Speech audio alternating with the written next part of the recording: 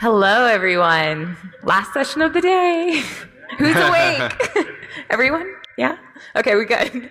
They said coffee. They should be good. All right. Today, we are talking about becoming you, a glimpse into credential abuse. So what we want to go over is kind of what credential abuse is, just basic level, the workflow, the life cycle, and then, different detection and mitigation strategies and how we look at things from our perspective. And to make this a little more fun, we decided that I would play the attacker and Brent will play the good guy. So hopefully that'll put a good positive spin on it. We'll see how that goes. So just a little bit about us. My name is Sonia Burney. I work at Akamai.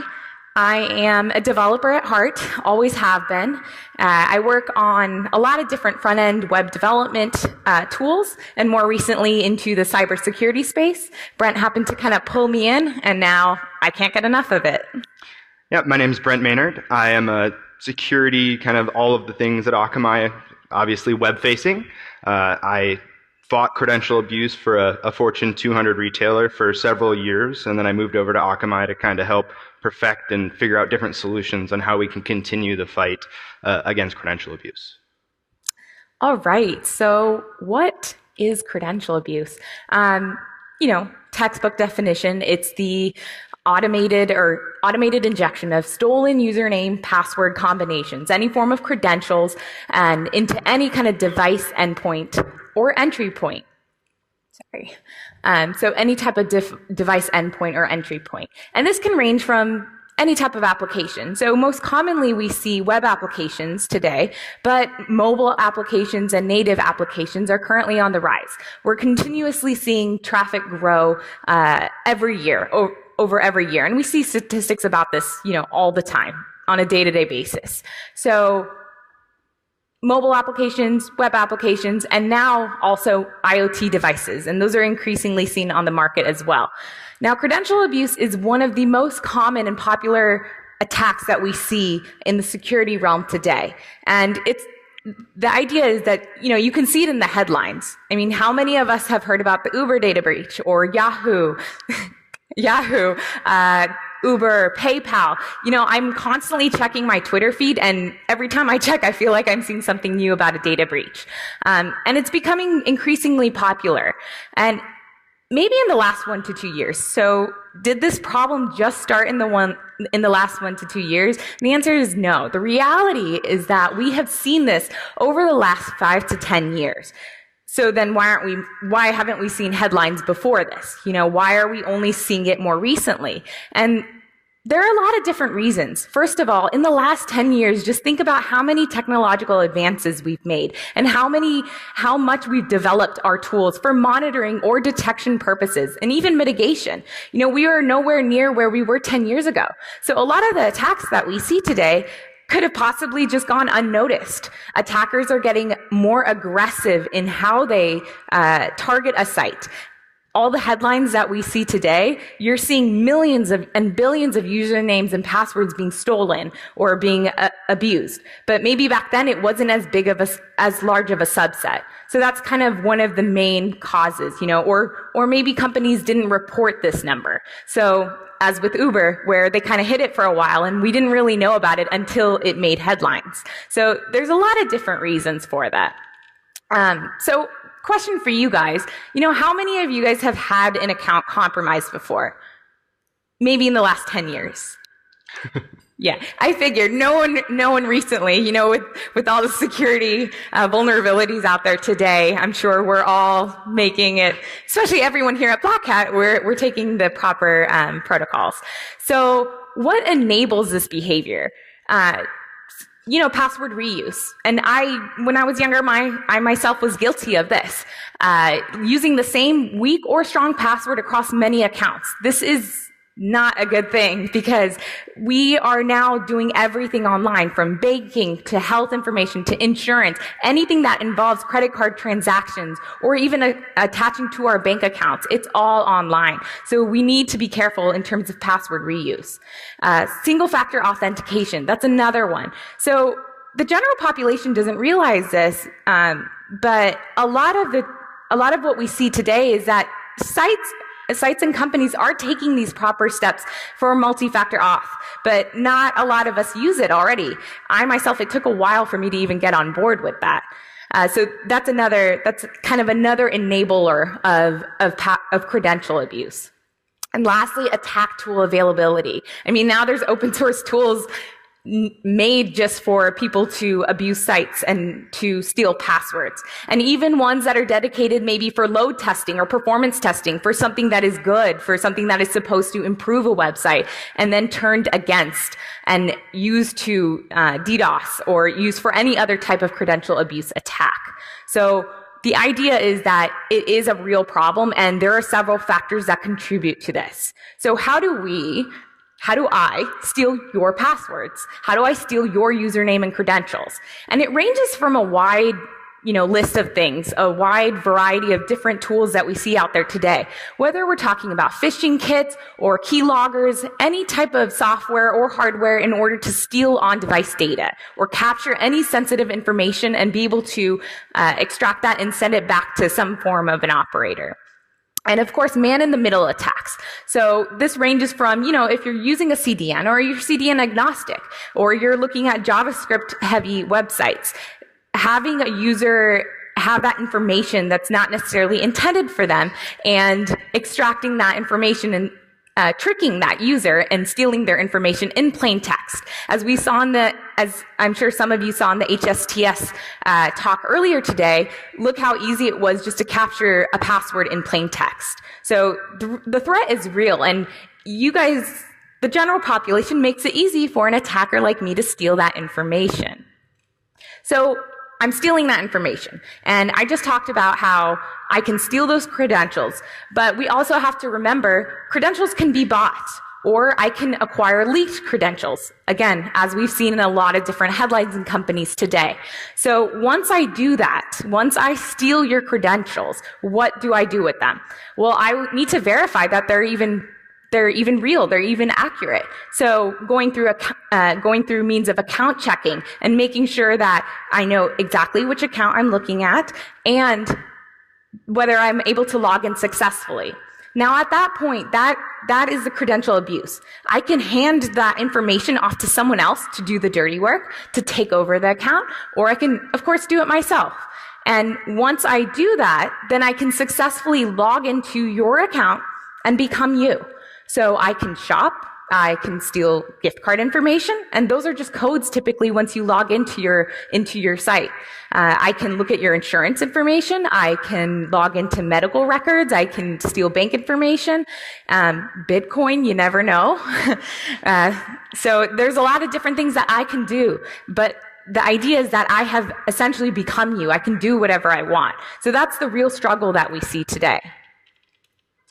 Now, as Sonia's shopping, perusing your medical records, and just generally pilfering whatever account she can, because let's say you've used them across 10, 20 different service providers, retailers, airlines, what have you, she's flying around the world on your dime.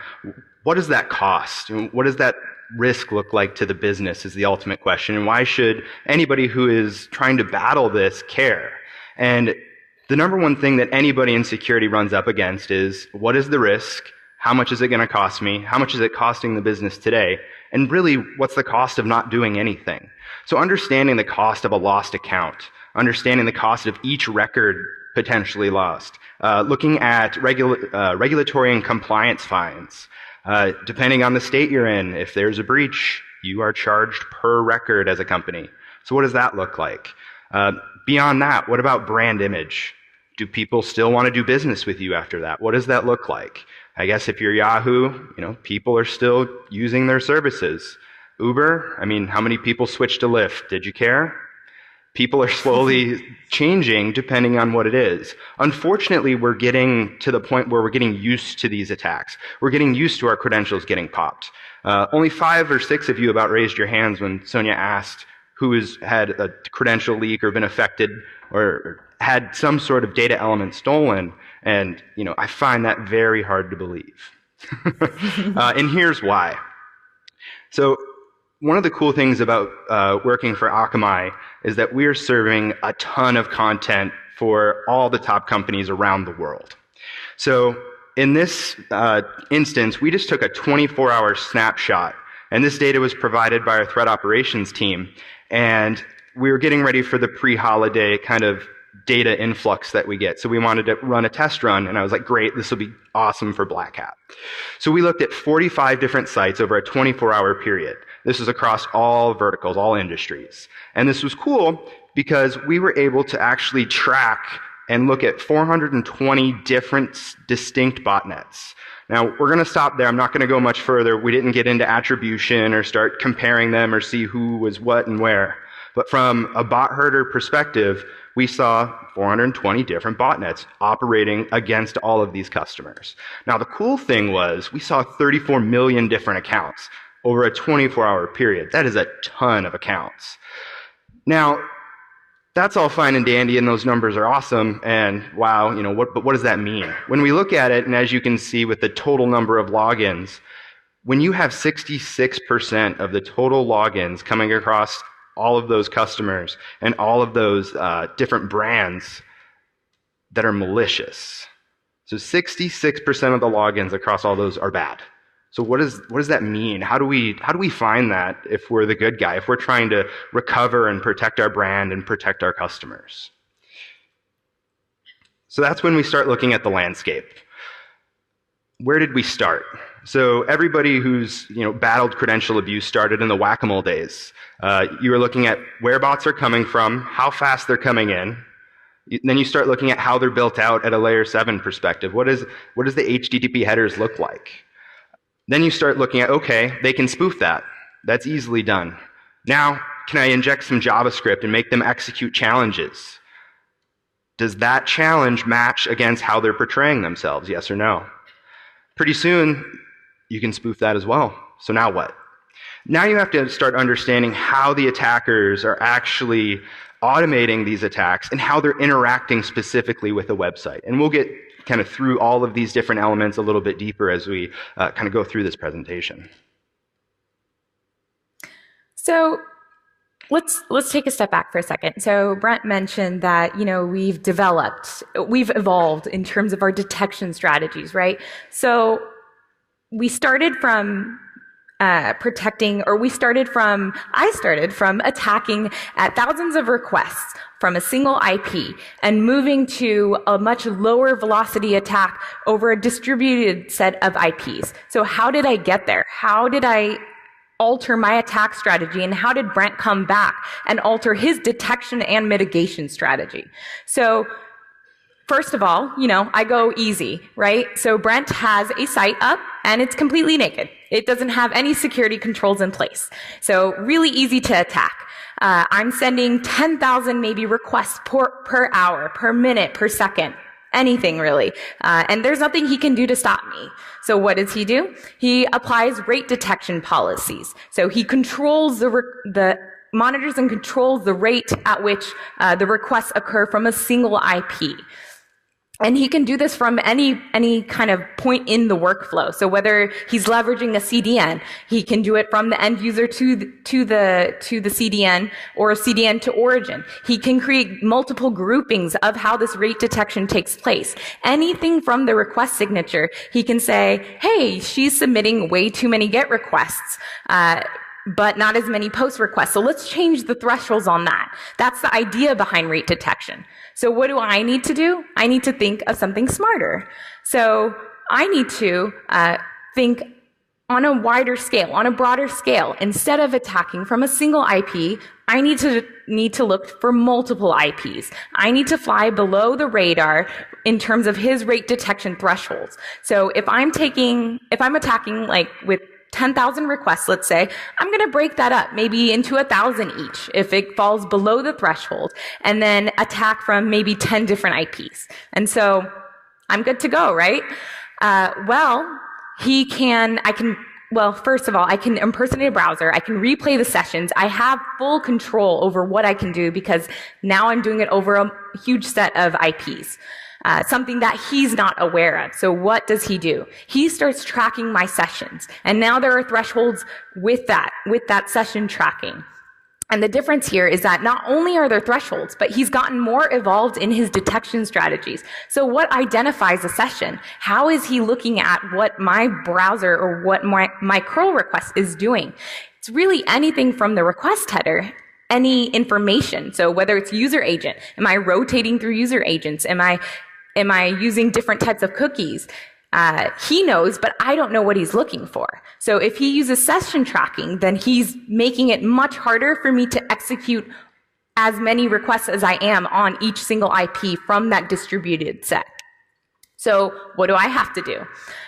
Well, I need to go for a lower velocity attack. I need to run maybe a few requests per minute, per hour, or even per day. And that's something that we've seen in the past too, over maybe an hour to 5 requests, which could seem like good user traffic. So I need to run this data over a longer period of time so that he can't detect what I'm doing. I can rotate again. I can change what identifies a session. So what does Brent do? He implements a sliding window mechanism. So this takes a single snapshot kind of in time. And this is something that he can control. So it can be dynamic or it can be something static.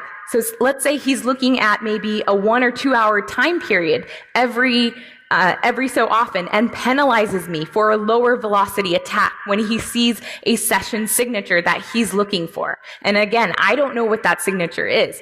At this point, we've hit so many different types of signatures that he's creating, it gets a lot harder for me. So he implements a sliding window mechanism, and I don't know what else to do.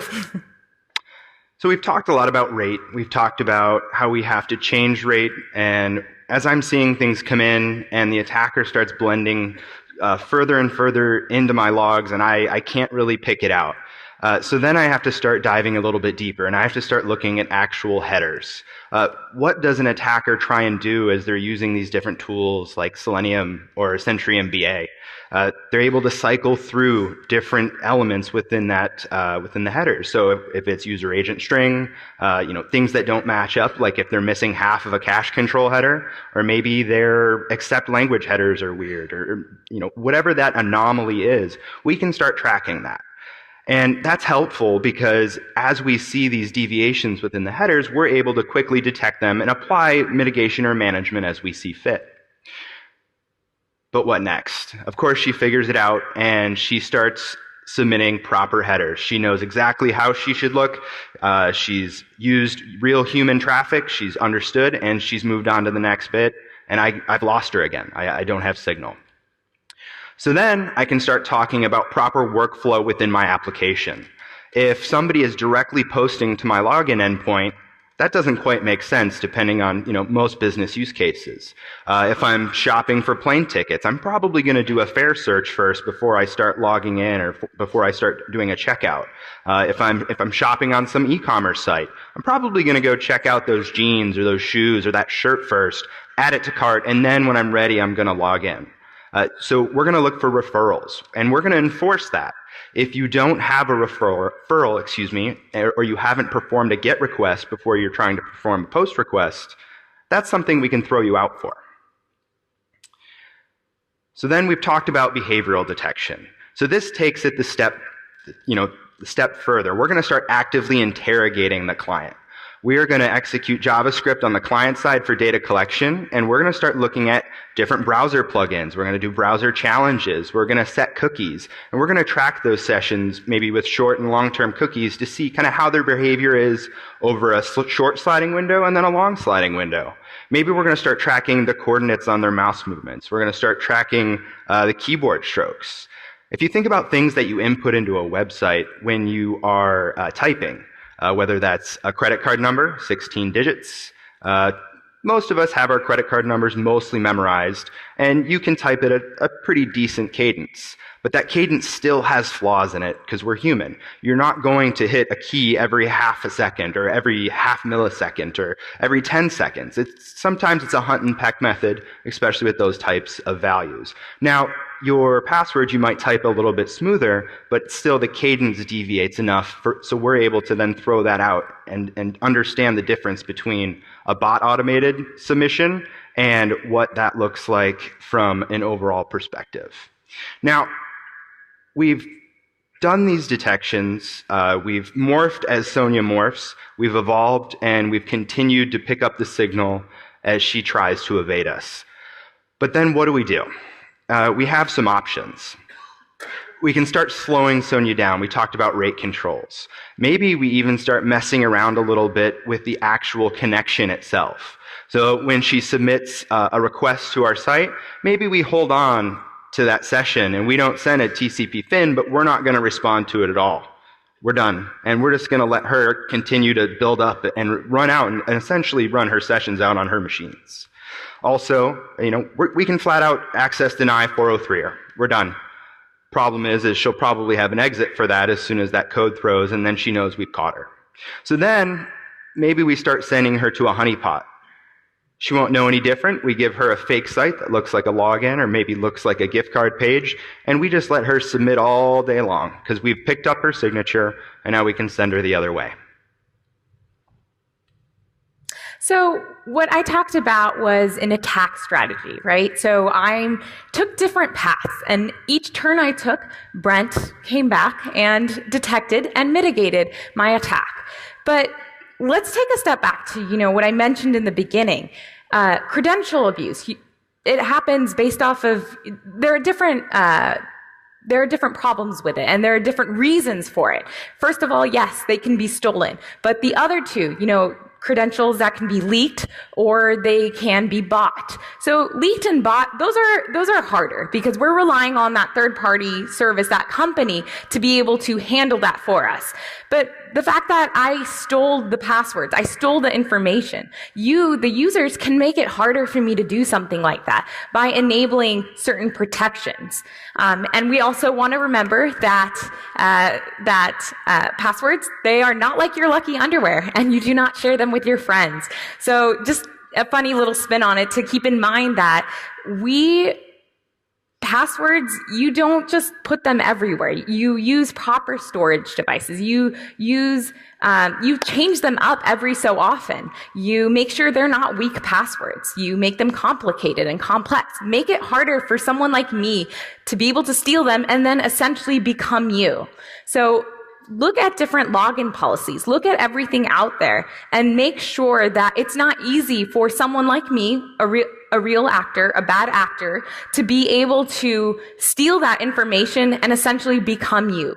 Become the good traffic so that any detection strategy or mitigation strategy Brent put in place is impossible for me to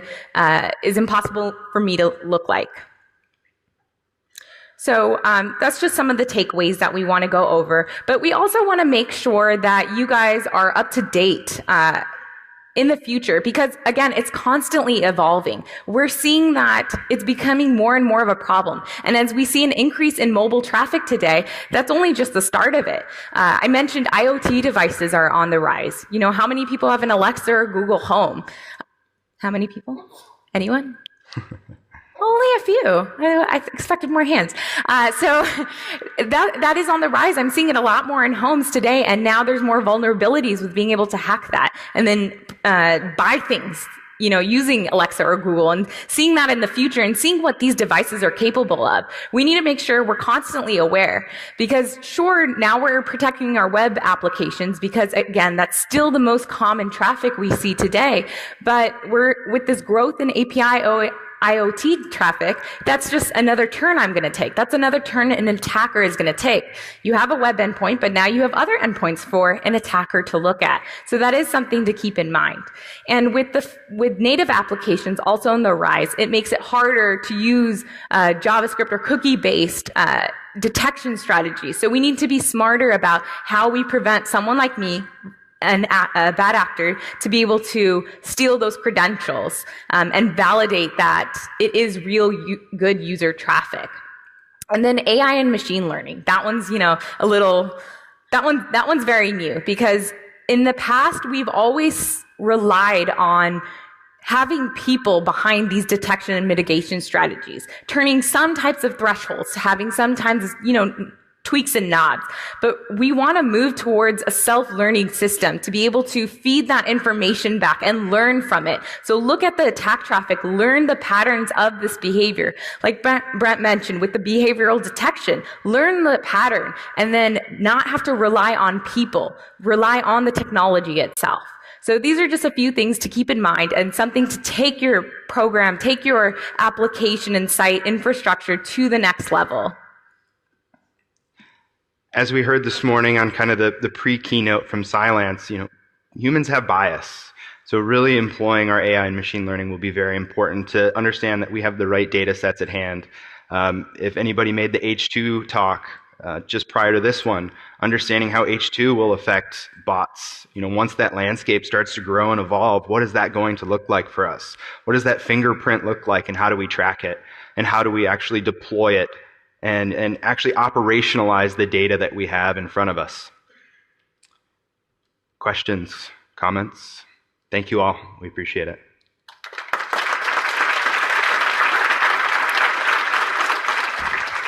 I think we have 2 questions right there.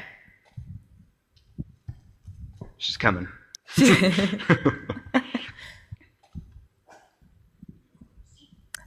you guys raise your hands again? Thank you.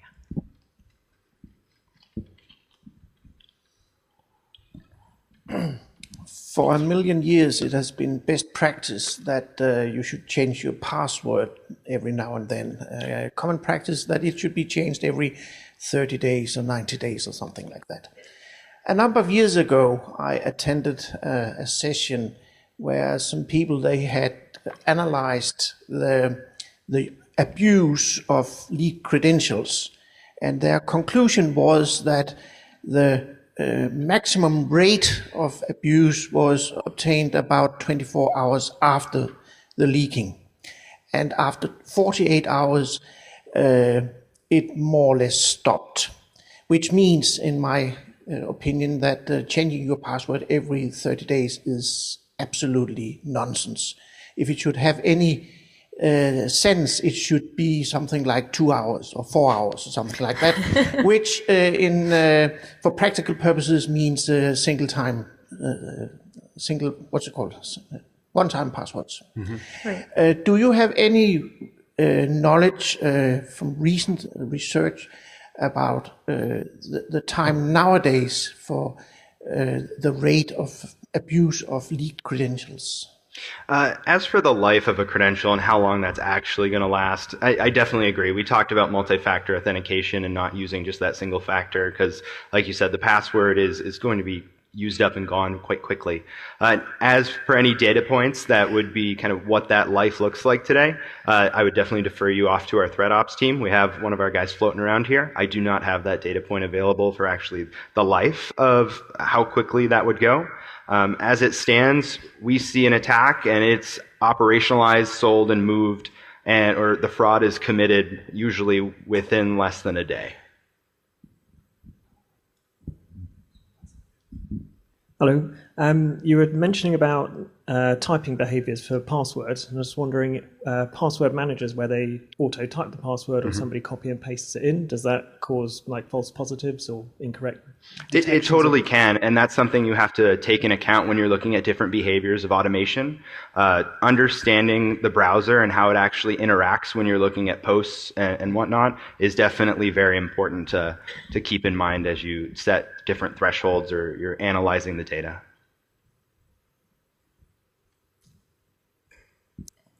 All right. Well, thank you very much. Thank you.